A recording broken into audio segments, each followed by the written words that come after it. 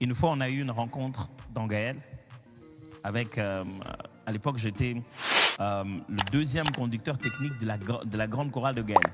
Cette semaine encore, j'étais en train de revoir mes vidéos là où je me trouvais dans Gaël, les vieilles vidéos. Et on devait avoir une réunion du comité, le comité de la grande chorale de Gaël. Donc, je ne passais pas à la télé, rien du tout. Et donc, j'étais parmi les gens qui dirigeaient les chants et qui aussi exhortaient. Ce jour-là même, à cette veillée-là même, je crois, je conduis la prière ou quoi. Alors, la veillée qui a suivi, on a eu comité veillée. Ah ça, c'est un exercice qui a bouleversé ma vie, franchement. On devait être presque une douzaine. Non, peut-être moins, 10 peut-être. On était là en rond, je me souviens bien de chaque visage. Et c'était quoi l'exercice? Notre président de la chorale s'appelait Patrick Machita. Et il nous a dit, voilà ce qu'on va faire. On va parler de chacun d'entre vous.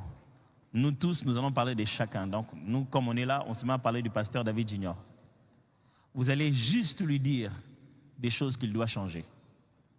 Et quand vous finissez de lui parler, il doit écrire chaque chose que vous lui reprochez. Et quand il finit, vous finissez, il dit merci. Il ne répond pas.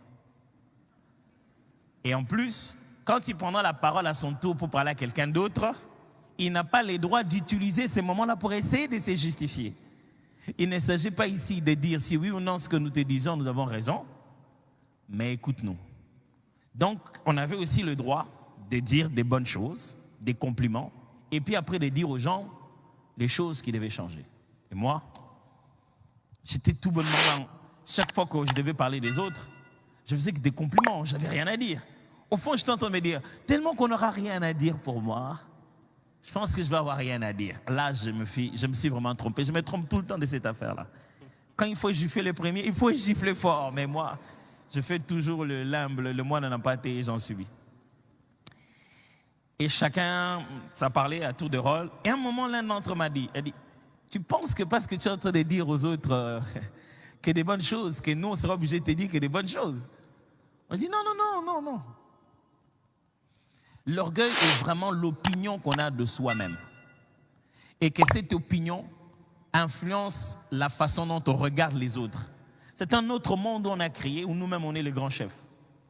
En ayant de l'argent ou pas, en ayant quoi que ce soit. Et ils ont commencé à parler. C'est-à-dire qu'ils ont commencé à me parler. Je me souviens très bien. Je me suis mis à écrire. C'était entre 12 à 14 défauts que je n'ai jamais vus. Il y avait vraiment des choses pour lesquelles je voulais dire, non, non, non, non, ça quand même, j'aimerais vous expliquer. Tu veux expliquer quoi? Est-ce que dans la vie, on explique à tout le monde? Quelqu'un avec qui tu viens de finir de parler, il part. Il a vu que tu orgueilleux. Tu veux expliquer quoi? Tu n'en as pas le temps.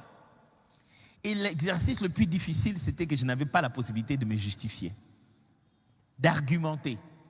Moi, j'aime la logique de l'argumentation. Moi, j'ai dit non, attends, je vais t'expliquer. Je n'avais pas le droit d'expliquer.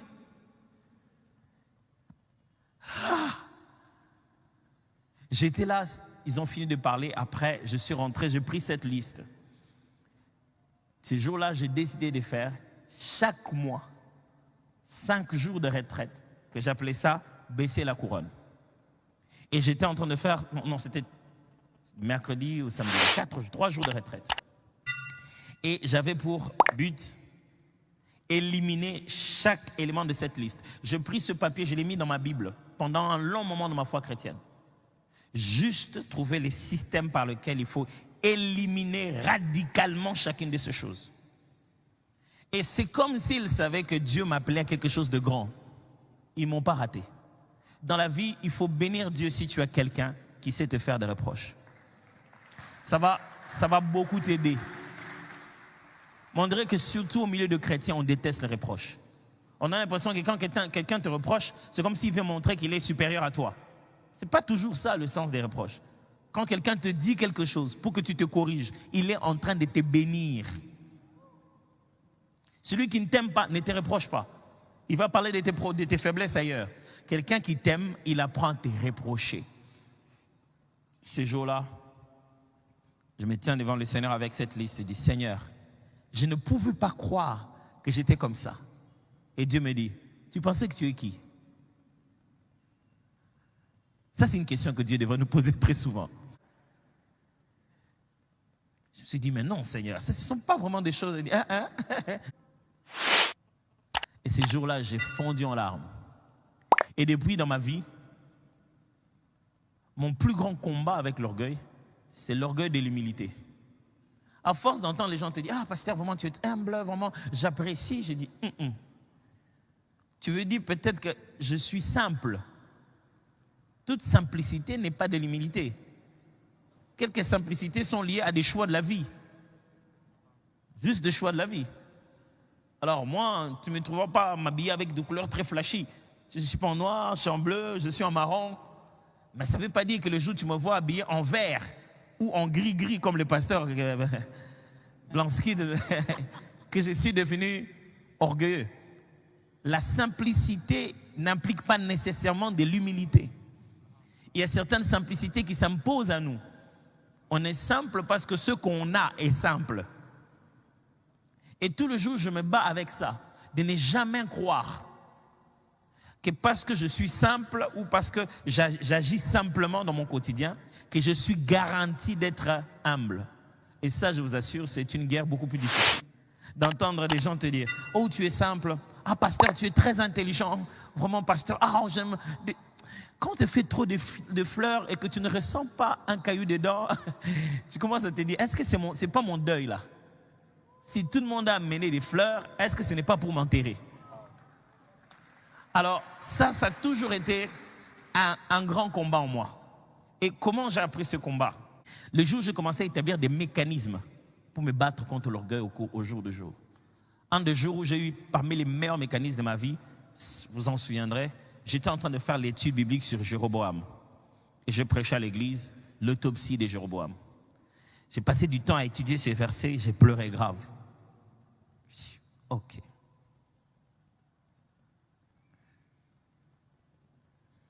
Waouh.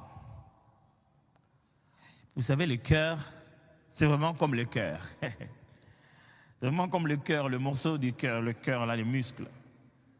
Quand vous ne faites pas des exercices, la circulation sanguine change. Tu ne sais pas que tu es en train de changer. C'est le jour où tu cours un peu. Tu as l'impression que ton cœur va lâcher. Pourquoi? Manque d'exercice. J'ai appris que le cœur a besoin de l'exercer pour vérifier si l'orgueil n'y est pas déjà dedans. Et que la meilleure façon de faire dans la vie, c'était de maintenir ces systèmes que j'avais placés dès le début de ma foi.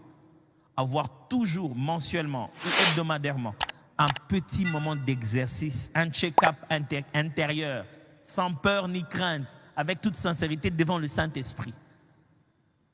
En visant de trouver en moi quelque chose de mal. En me disant, je dois, qu'est-ce qu'il y a? J'ai appris à faire des cycles dans ma foi chrétienne. Au bout d'un certain temps, m'arrêter. Au bout d'1 mois, 3 mois, me faire un genre de check-up personnel et me rendre compte, Atoms, non, ce n'est pas bien. Vous savez, rien que vous avoir en tant que pasteur, c'est déjà un gros sujet d'orgueil pour moi. Franchement, je suis quand même le pasteur de la cité d'exaucement. Et j'aime ces débats-là avec les Saint-Esprit. Et alors quoi? Et tout le jour dans ma vie, j'ai commencé à apprendre à avoir une conversation. Quand une attitude monte dans mon cœur, je laisse la place à cette voix-là de me questionner. Je fais ça pourquoi? Et alors quoi? Ça signifie quoi? Tu vois, cet exercice-là qui te dit, et si tu t'es taisé, tu perds quoi? Et est-ce que tu es obligé de parler? Ou dans la vie, j'ai eu des... C'est pourquoi des fois, j'ai eu des gens qui me disent, mais pasteur, comment tu as réagi? Mais j'ai commencé à établir dans mon cœur ce que Jésus disait. Vous savez, vous pouvez être orgueilleux, mais quand vous vous taisez, on ne voit pas ça. Quand vous n'agissez pas, on ne voit pas ça. C'est dans vos actions qu'on commence à voir votre orgueil. Dans vos choix, on voit votre orgueil. Dans votre langage, j'ai pris des décisions. Je préfère être lent comme une tortue, jusqu'à ce que je me rassure que ce n'est pas par orgueil que je vais le faire. Parce que quand je vais avec l'orgueil, je laisse Dieu derrière. Alors c'est ça un peu ma question pour vous. Comment vous arrivez à vaincre l'orgueil? Et l'orgueil, on ressent ça dans la façon de parler. Refuse-toi de dire certaines choses. Refuse-toi de tenir certains langages. Toi,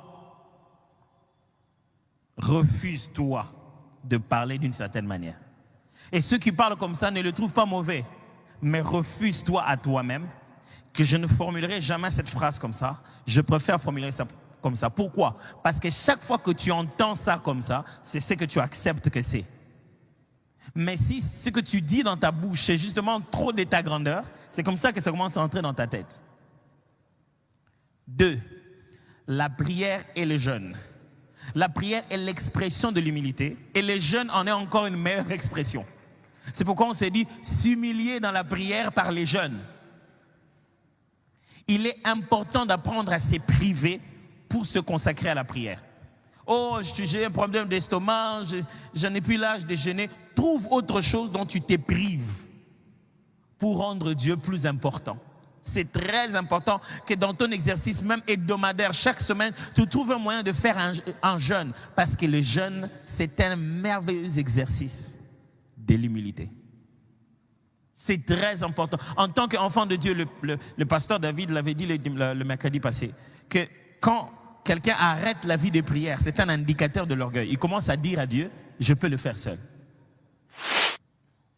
C'est très important. Frère, quand on dit la vie des prières, ne pensez pas d'abord à 5 heures, 4 heures du temps, non. Le pasteur Eric l'a dit un dimanche passé quand il enseignait Tuer Pierre. Il appelait ça comment? L'homme aux bonnes intentions. Il a dit, si tu peux prier combien de minutes? 15? Commence d'abord à être fidèle dans les 15. Ne cherche pas à faire 50 à la place. Fais chaque fois 15 minutes. Pourquoi? Parce que la prière est une conversation. Si tu n'as pas beaucoup de temps à appeler tes parents, j'ai pas beaucoup de temps, tu peux les appeler pendant combien de minutes? 2 minutes. Si tu les appelles chaque jour 2 minutes, tu vas te rendre compte que vous allez commencer à parler aisément et tu vas oublier l'affaire de minutes et ça va évoluer.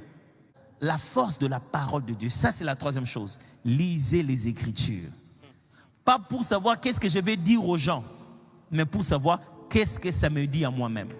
C'est quand tu lis la parole, tu te dis, ils étaient grands comme ça, mais malgré ça, ils sont tombés. Vous savez, la Bible ne cache rien. Elle ne parle pas des hommes de la Bible comme des super-héros qui ont... Non, ça vous montre qu'il était David, il était connu, il a pris la femme d'autrui, regarde les bêtises qu'il a fait. Donc personne n'est à l'abri. En lisant les autres, je me rends compte que... Donc ça peut m'arriver aussi. Quatrièmement, apprendre à avoir une évaluation personnelle, ce qu'on appelle ici un cycle. Il faut de temps en temps rentrer vers toi-même intentionnellement pour aller chercher de l'orgueil. Toi-même, fais cet exercice-là de te dire, Seigneur, pardonne-moi, j'ai été orgueilleux. Il faut que tu intègres l'orgueil comme un péché pour lequel tu dois demander pardon à Dieu. Et enfin, vous devez être ouvert aux critiques. Il y a une chose que j'ai pris dans la Bible et quelque chose que David a fait pendant qu'il fouillait. Un monsieur se levait, il a commencé à l'insulter. Il jetait des pierres. Il dit, chien, va-t'en. Son général qui était là, il a voulu tuer ce monsieur. Il voulait le massacrer. David dit, non, ne le tire pas. Qui c'est? Si c'est l'Éternel qui lui a permis de faire ça. Si tu deviens humble, tu passeras aisément dans l'humiliation. Vous comprenez?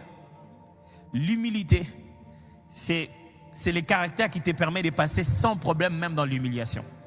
Parce que ce monde dans lequel nous sommes nous humiliera toujours. Mais quand tu as accepté l'humilité, l'humiliation ne te fait plus rien. Alors mes frères, vous ne savez pas, votre meilleure parade avec tous les problèmes que vous avez au bureau, soyez humble. Arrêtez de vous défendre. Frère, si vous avez décidé d'être humble une fois, vous avez décidé d'être humble pour toute la vie. Frères et sœurs, si nous ne sommes pas humbles dans cette église, Dieu nous résistera.